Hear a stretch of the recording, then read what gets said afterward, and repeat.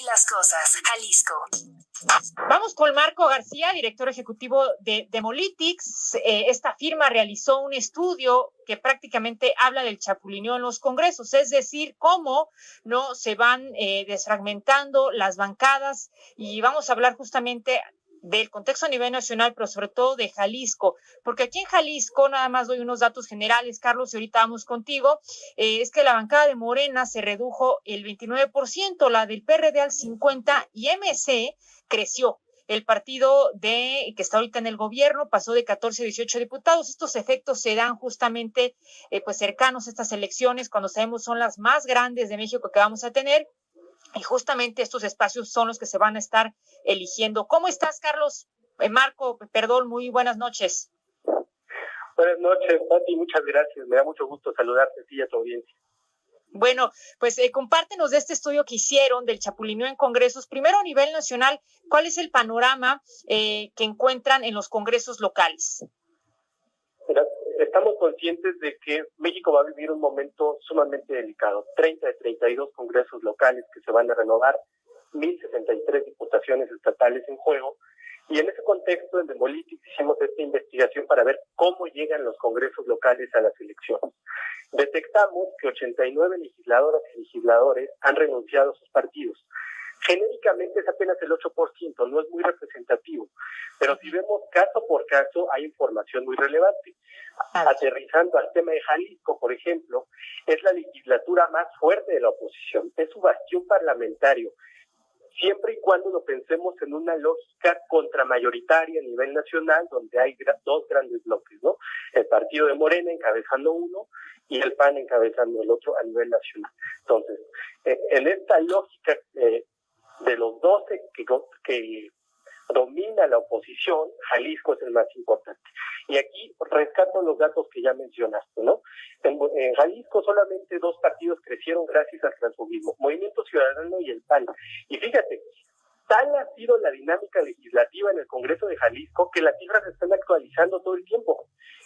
Movimiento Ciudadano pasó de 14 a 19 legisladores, creció el 35%. ¿Esto qué significa? Que prácticamente 1 de cada 4 legisladores del partido del gobernador lo sumó por la vía del transfugismo. Y esto, en términos generales, significa que pasó del 37% de la Cámara al 50%, justo el 50%. ¿Y por qué es importante esta cifra? Porque de acuerdo con la Ley Orgánica del Congreso y la Constitución del Estado, para elegir a la mesa directiva se requiere la mayoría absoluta, esto es, el 50% de los votos más 1. Con estos movimientos de transfugismo, Movimiento Ciudadano logró alcanzar esa mayoría y obtener todo el poder que te da la mesa directiva, que es el control de la agenda política, el control de los recursos, qué se vota, cuándo se vota, cómo se vota, y pues eso mermó significativamente a la oposición. Morena, por ejemplo, decreció casi el 40%, se fueron a Movimiento Ciudadano, el PRI el 60%, PT y Partido Verde perdieron al 100% de sus legisladores. Eso es lo que se puede decir.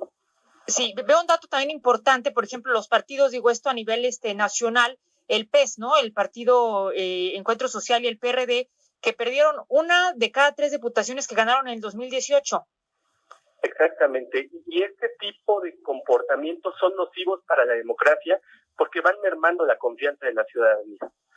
Si yo voto por un candidato o candidata esperando que me represente y al final, exactamente, pues naturalmente voy a tener más desconfianza y eso se va a traducir en las cifras de participación ciudadana en la elección próxima, ¿no? Ahora, por ejemplo, Jalisco está por empezar elecciones en abril, 13 partidos se van a disputar las 38 diputaciones y va a ser un caos porque, por ejemplo, la autoridad electoral determinó que el 14 de enero era la fecha límite para aprobar los convenios de coalición.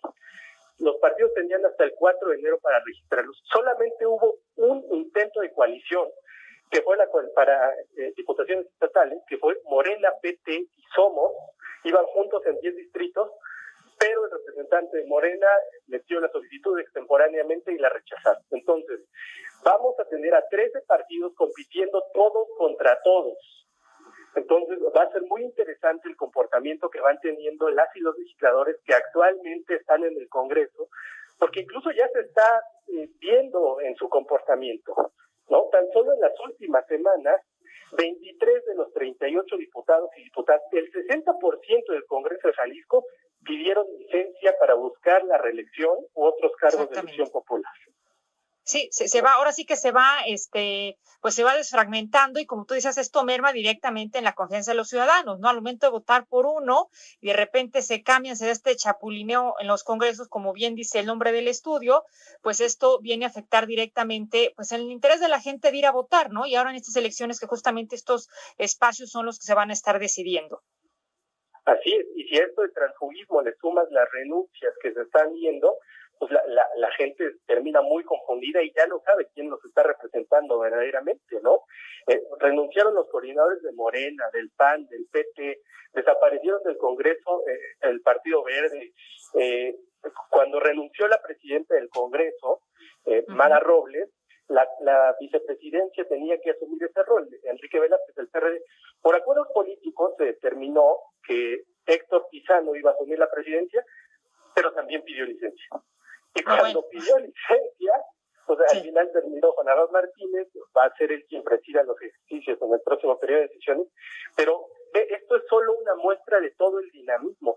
12 de las 21 comisiones del Congreso de Jalisco van a renovar sus integrantes. Prácticamente estamos viendo a un nuevo Congreso actualmente que va a empezar sesiones este domingo, el 7 de marzo, y en noviembre, el 1 de noviembre, que tome protesta, vamos a tener otro nuevo Congreso.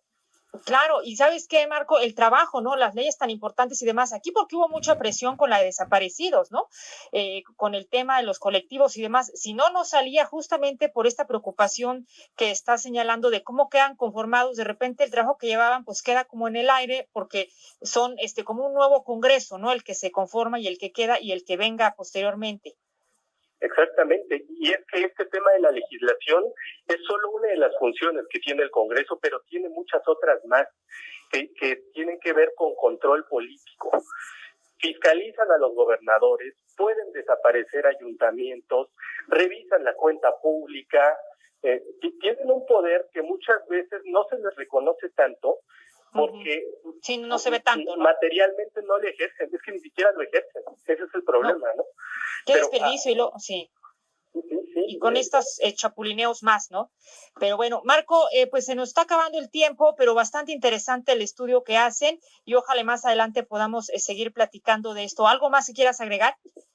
Muchas gracias, Pático. Sí, mira, te platico que ya estamos trabajando en Demolitics, en la segunda entrega de este estudio, donde vamos a analizar de todos los estados, los 32, las coaliciones electorales, candidaturas comunes, sentencias y acuerdos relevantes de las autoridades electorales, las plataformas, las aspiraciones de reelección legislativa, y si tú me lo permites, en su momento te lo comparto a ti y a tu audiencia para que lo tengan. Bien, bueno, pues estamos ahí al pendiente. Gracias, Marco García, director ejecutivo de Demolitics. Muy buenas noches. Muchas gracias, buenas noches.